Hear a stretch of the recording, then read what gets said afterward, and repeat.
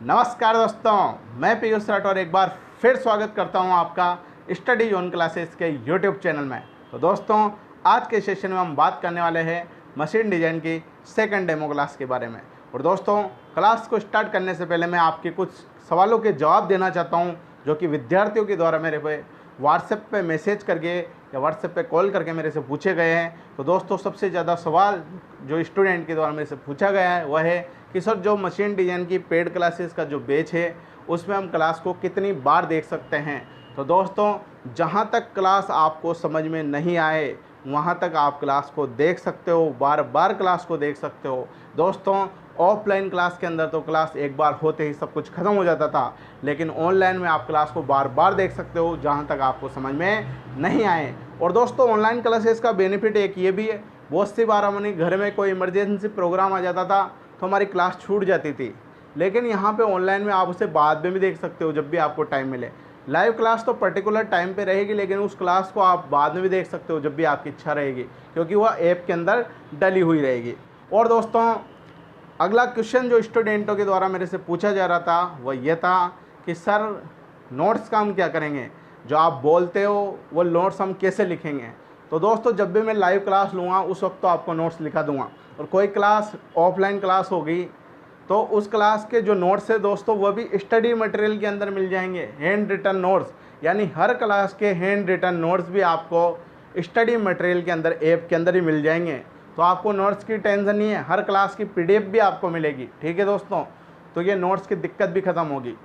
तो दोस्तों, जो भी मशीन डिज़ाइन का बैच ज्वाइन करना चाहता है हमारी पेड क्लासेस का, वो हमारे व्हाट्सएप नंबर पे मैसेज या कॉल करके हमसे संपर्क कर सकता है, जो कि आपकी स्क्रीन पर आ रहे हैं दोस्तों। तो दोस्तों, हमारी मशीन डिज़ाइन का जो पेड क्लासेस का बैच है वो आज से प्रारंभ हो गया है। जिसको भी बैच ज्वाइन करना हो वो हमसे जल्द से जल्द संपर्क करें। दोस्तों, जो बाद में बैच ज्वाइन करेगा उसको भी क्लासेस नज़र आ जाएगी, वह क्लासेस उसमें डली रहेगी। लेकिन दोस्तों, मेरा आपसे कहना यही है कि जब हमको कोचिंग करनी है, अपन को पढ़ना ही है, तो हम जल्द से जल्द बैच को ज्वाइन करें। दोस्तों, ये तो बात होगी हमारी एप्लीकेशन के पेड क्लासेस के कोर्स के बारे में। अब दोस्तों, बात करते हैं हमारी क्लासेस के बारे में। फर्स्ट डेमो क्लासेस हमने कल ली थी दोस्तों मशीन डिज़ाइन की, जिससे हमने बात की थी जॉइंट के बारे में, और जॉइंट की स्ट्रेंथ के बारे में अपन ने डिस्कस किया था। Single transverse fillet weld joint की स्ट्रेंथ के बारे में अपन ने डिस्कस किया था।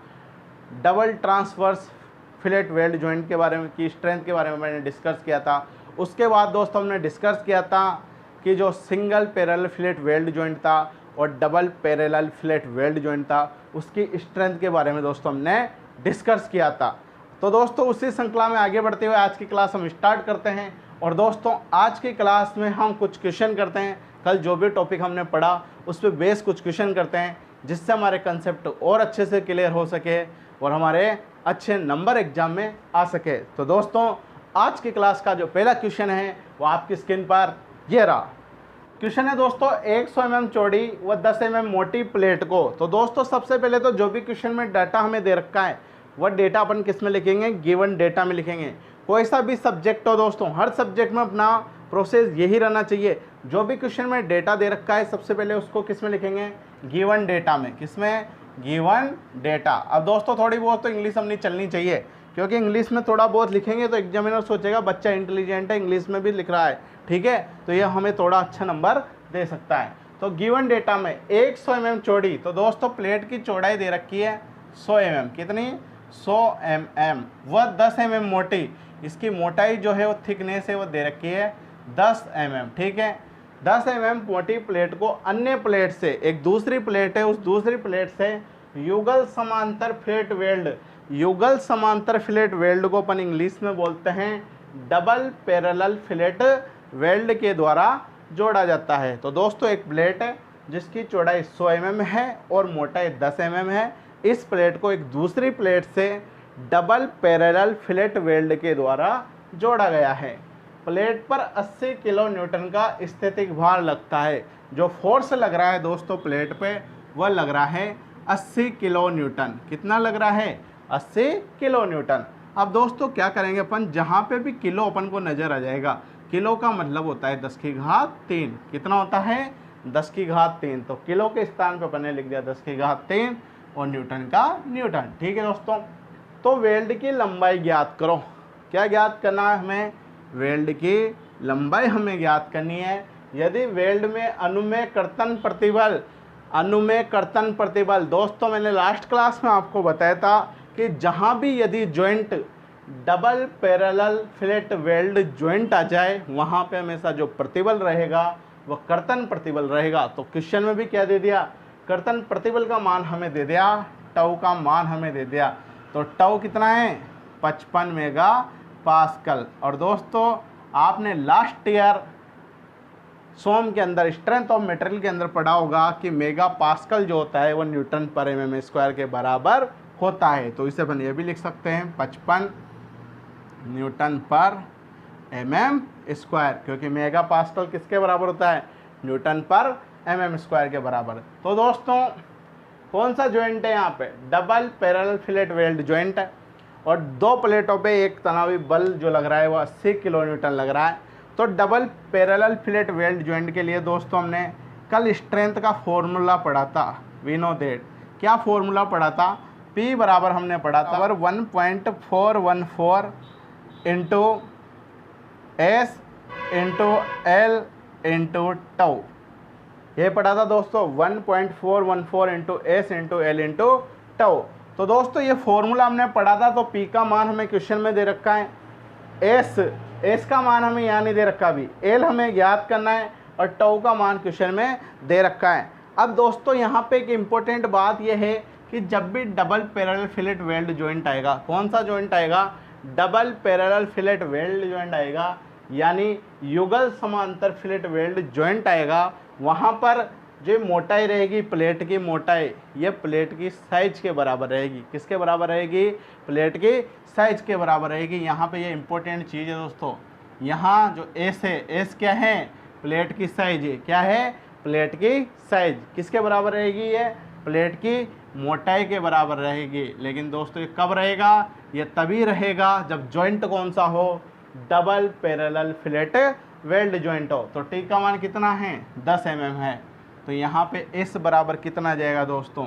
एस बराबर भी 10 mm आ जाएगा। तो हमें यहाँ पे ध्यान देने योग्य बात है कि जब भी joint double parallel fillet weld joint आ जाएगा, वहाँ पे जो वेल्ड की साइज है वो उसकी मोटाई के बराबर रहेगी। किसकी मोटाई के बराबर? प्लेट की मोटाई के बराबर। तो दोस्तों अपन यहाँ फॉर्मूले में वैल्यू पुट कर देंगे और वेल्ड की लंबाई ज्ञात कर लेंगे। ठीक है दोस्तों।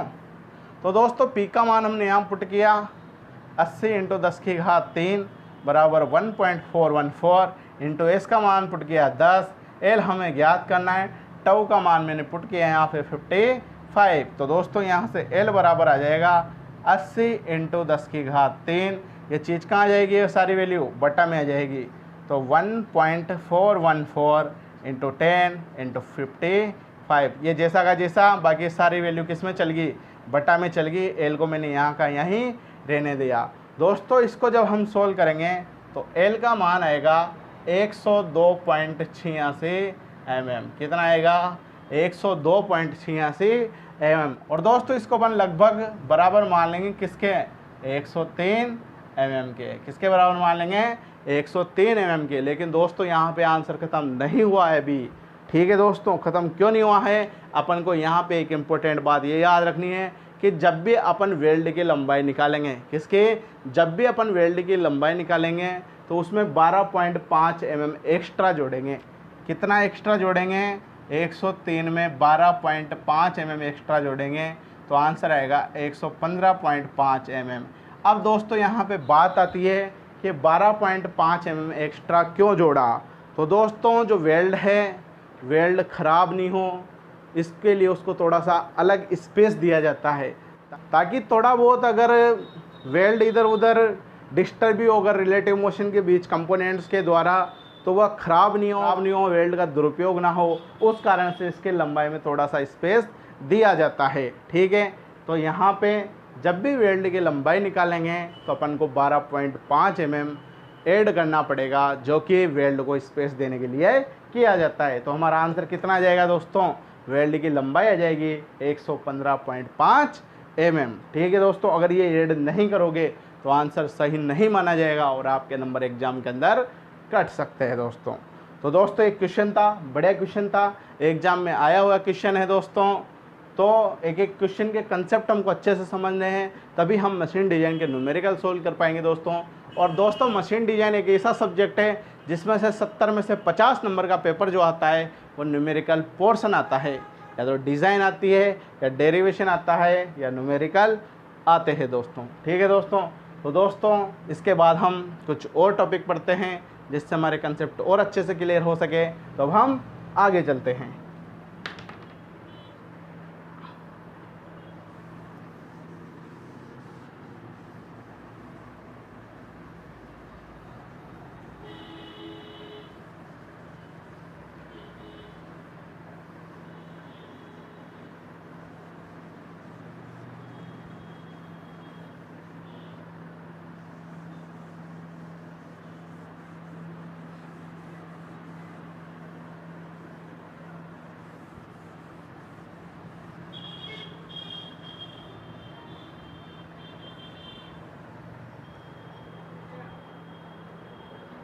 तो दोस्तों बात करते हैं हमारे अगले टॉपिक के बारे में, और अगला टॉपिक है special case of fillet weld joint. तो दोस्तों जो फिलेट वेल्ड जॉइंट है उसके कुछ स्पेशल केस है, उसके बारे में दोस्तों हम डिस्कस करेंगे।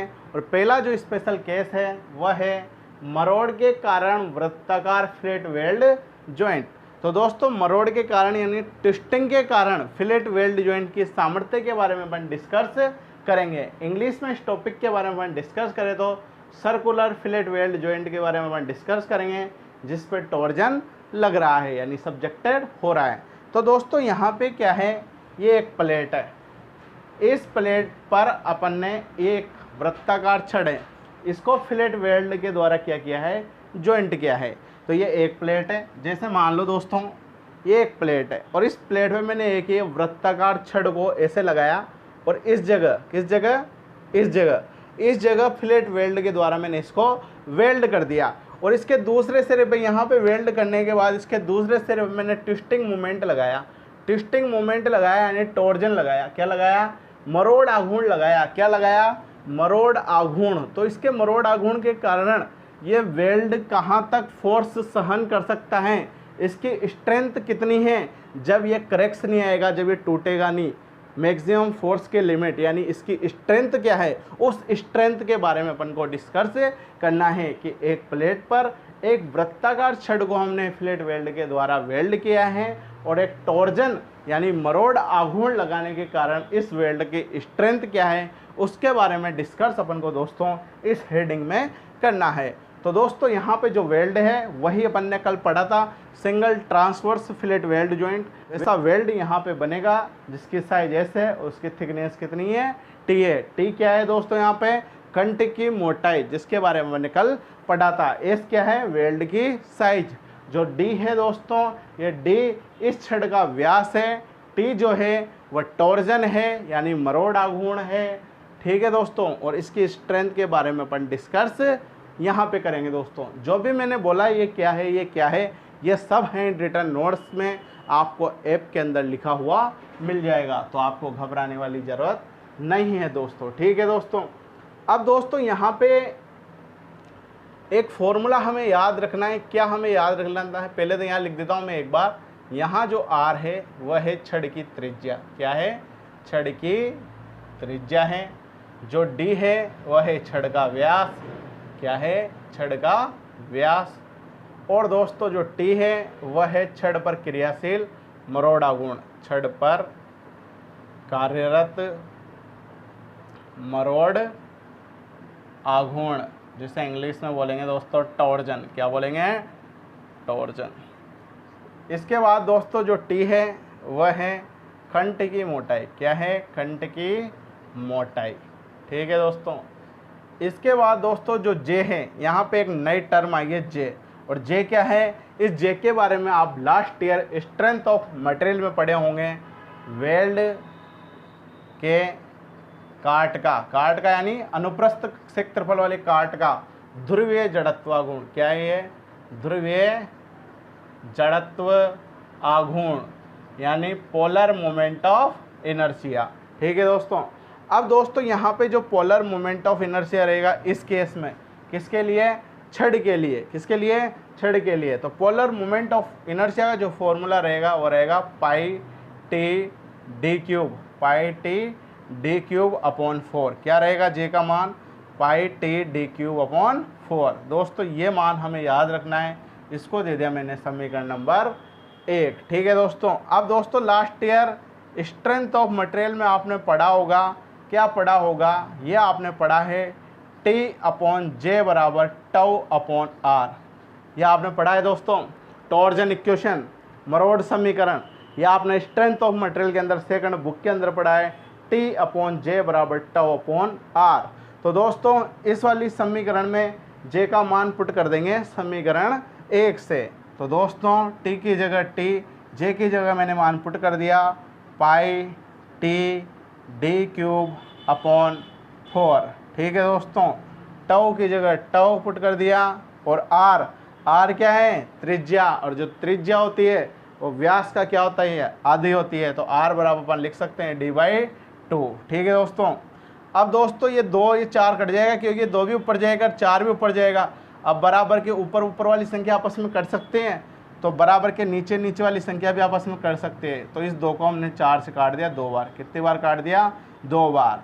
इस डी से इस डी क्यूब को काट दिया, तो यहाँ आ गया डी स्क्वायर। क्या आ गया, डी स्क्वायर। ठीक है दोस्तों। इसके बाद आगे चलते हैं अपन।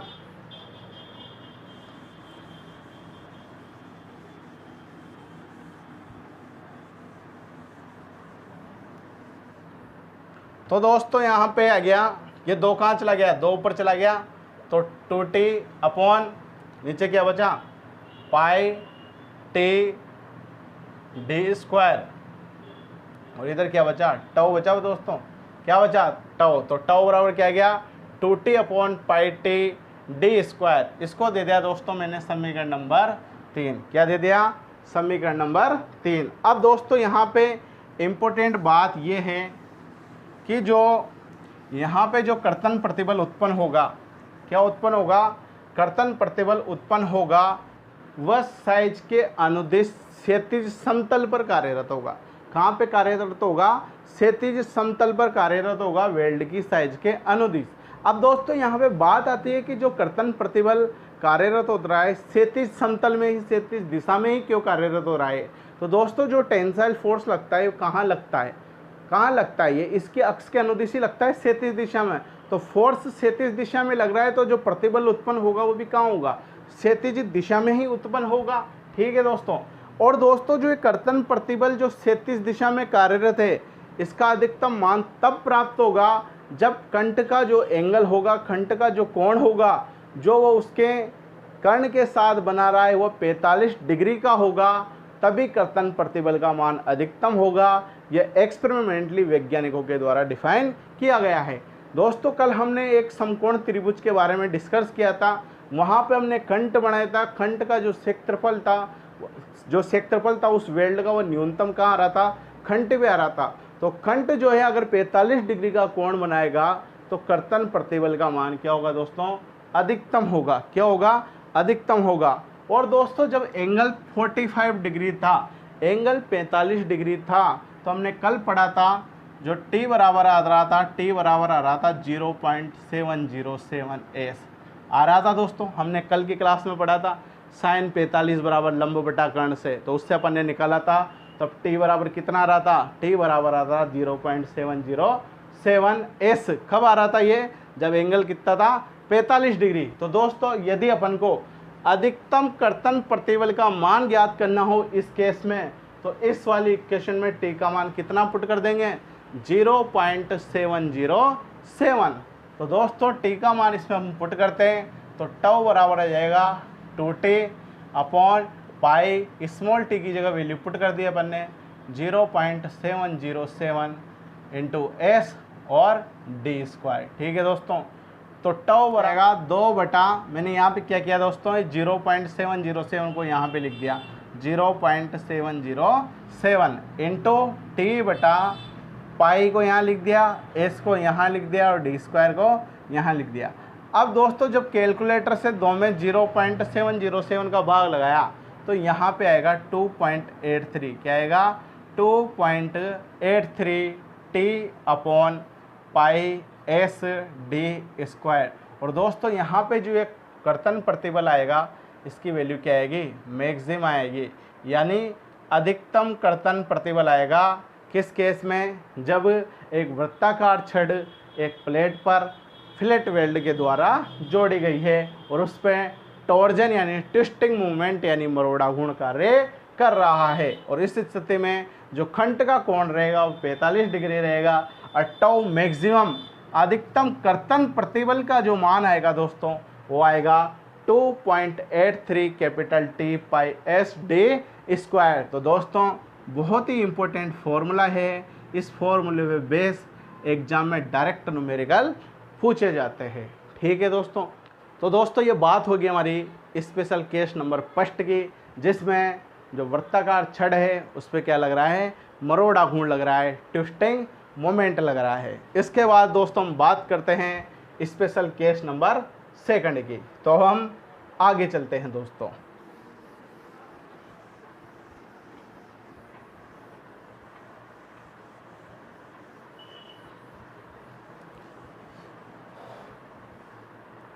तो दोस्तों केस नंबर सेकंड हमारे पास है, स्पेशल केस नंबर सेकंड, बंकन आघूर्ण की स्थिति में, बंकन आघूर्ण की स्थिति में वृत्ताकार फिलेट वेल्ड जॉइंट, वृत्ताकार फिलेट वेल्ड जॉइंट। अब दोस्तों पहले तो मरोड़ा घूर्ण लग रहा था, ट्विस्टिंग मोमेंट लग रहा था, अब प्लेट वही है, छड़ वही है, डायग्राम वही है। अब टॉर्जन टी की जगह बेंडिंग मोमेंट एम लग रहा है, टॉर्जन टी की जगह क्या लग रहा है, बेंडिंग मोमेंट एम लग रहा है, यानी बंकन आघूर्ण लग रहा है। क्या लग रहा है, बंकन आघूर्ण लग रहा है। तो इस स्थिति में दोस्तों यही यहाँ पे डी बराबर तो है छड़ का व्यास, छड़ का व्यास, और दोस्तों यहाँ पे जो एम है वह है छड़ पर आरोपित बंकन आघूर्ण। क्या है, छड़ पर आरोपित बंकन आघूर्ण। इसके बाद दोस्तों यहाँ पे जो टी है वो वही है कंठ की मोटाई, कंठ की मोटाई। ठीक है दोस्तों, इसके बाद दोस्तों यहाँ पे जो जेड है वह है वेल्ड के लिए काट मापांक, काट मापांक, जिसे दोस्तों आप सोम की भाषा में सेक्शन मॉडुलस कहते थे। क्या कहते थे, सेक्शन मॉडुलस। तो दोस्तों पूरी स्ट्रेंथ ऑफ मटेरियल सोम यहाँ पे यूज होएगी, सोम और टॉम, कुछ चैप्टरों में टॉम यूज होएगी, कुछ चैप्टरों में सोम यूज होगी। तो उसके कंसेप्ट मशीन डिजाइन के अंदर लगेंगे दोस्तों। तो जेड क्या है, सेक्शन मॉडुलस है इस वेल्ड के काट का। अब दोस्तों जब टॉर्जन लग रहा था, मरोड़ा घूर्ण लग रहा था, तो वहाँ पे टर्म अपन ने पढ़ी थी पोलर मोमेंट ऑफ इनर्शिया, यानी ध्रुवीय जड़त्व आघूर्ण। और जब बेंडिंग मोमेंट लगेगा यानी बलाघूर्ण लगेगा, बंकन बलाघूर्ण, बंकन बलाघूर्ण लगेगा, तो अपन बात करेंगे किसकी, सेक्शन मॉडुलस कैपिटल जेड की। और दोस्तों यहाँ पर जो जेड होएगा इस केस में, तो जेड का फॉर्मूला हमें याद रखना है पाई डी स्क्वायर टी अपॉन 4। क्या याद रखना है, पाई डी स्क्वायर टी अपॉन 4। तो दोस्तों फॉर्मूले तो याद रखने पड़ेंगे, तभी अपन मशीन डिजाइन में पास हो सकते हैं। तो इसको दे दे अपन ने क्वेश्चन नंबर 1, जेड बराबर क्या है, पाई डी स्क्वायर टी अपॉन 4। और दोस्तों आपने last year strength of material के अंदर पढ़ा है, वी नो दैट, हम जानते हैं, हम क्या जानते हैं, सिग्मा बी। सिग्मा बी क्या है, बेंडिंग स्ट्रेस यानी बंकन प्रतिबल। क्या है ये, बंकन प्रतिबल, बंकन प्रतिबल। और दोस्तों सिग्मा बी का formula last year strength of material के अंदर अपन ने पढ़ा था, सिग्मा बी बराबर होता है एम अपॉन जेड। क्या होता है, एम अपॉन जेड। इसे दे दिया दोस्तों मैंने समीकरण नंबर 2। अब दोस्तों समीकरण 1 से जेड का मान समीकरण 2 में पुट कर देंगे। तो समीकरण 1 व समीकरण 2 से, तो दोस्तों सिग्मा बी बराबर आ जाएगा एम के स्थान पर एम, जेड के स्थान पर पाई डी स्क्वायर टी अपॉन 4। ये 4 कहाँ चला जाएगा दोस्तों, ये 4 ऊपर चला जाएगा, तो सिग्मा बी बराबर 4m upon pi D square into T. अब दोस्तों अगर इस बंकन प्रतिबल का मान भी हमें अधिकतम चाहिए तो अधिकतम मान वहीं पर प्राप्त होगा जहां पर कंट का कोण 45 डिग्री होगा, और कंट का कोण 45 डिग्री होने पर टी किसके बराबर हो जाएगा 0.707 एस के बराबर। तो सिग्मा बी मैक्सिमम आ जाएगा दोस्तों 4 ये m upon pi D square, T का मान लिख देंगे 0.707 इंटू एस। ठीक है दोस्तों, इसके बाद सिग्मा बी मैक्सिमम बराबर आ जाएगा इस 4 को बटा में 4 के बटा में लिख दिया मैंने दोस्तों 0.707 into pi S D square, और बटा में ऊपर क्या है एम। ठीक है दोस्तों, अब 4 में 0.707 का दोस्तों भाग लगाएंगे। किसका भाग लगाएंगे, सिग्मा बी मैक्सिमम आ जाएगा हमारे पास, भाग लगाएंगे तो 5.65 कितना आएगा 5.65, ये एम का M upon pi S D square. तो दोस्तों ये अधिकतम बंकन प्रतिबल का फॉर्मूला हमारे पास आ गया। जब एक वृत्ताकार छड़ पर बेंडिंग मोमेंट m लग रहा है और छड़ को एक प्लेट के साथ फ्लैट वेल्ड के द्वारा जॉइंट किया गया है, तो दोस्तों ये फॉर्मूला भी बहुत ही इंपॉर्टेंट फॉर्मूला है। इस फॉर्मूले बेस एग्जाम के अंदर क्वेश्चन दोस्तों बहुत बार पूछे जा चुके हैं। तो ठीक है दोस्तों, ये दोनों बहुत ही इंपॉर्टेंट केस थे। इन केस पे बेस एग्जाम में डायरेक्ट क्वेश्चन पूछे जाते हैं। तो दोस्तों आज की क्लास को हम यहीं समाप्त करते हैं। इसके आगे का प्रोसेस हम अगली क्लास में कंटिन्यू करेंगे। और तो दोस्तों यदि आपको हमारा सेशन पसंद आया हो तो इसको अधिक से अधिक लाइक करें, शेयर करें, और अभी तक आपने चैनल सब्सक्राइब नहीं किया हो मित्रों तो सब्सक्राइब जरूर करें। बहुत बहुत धन्यवाद मित्रों। जय हिंद, जय भारत।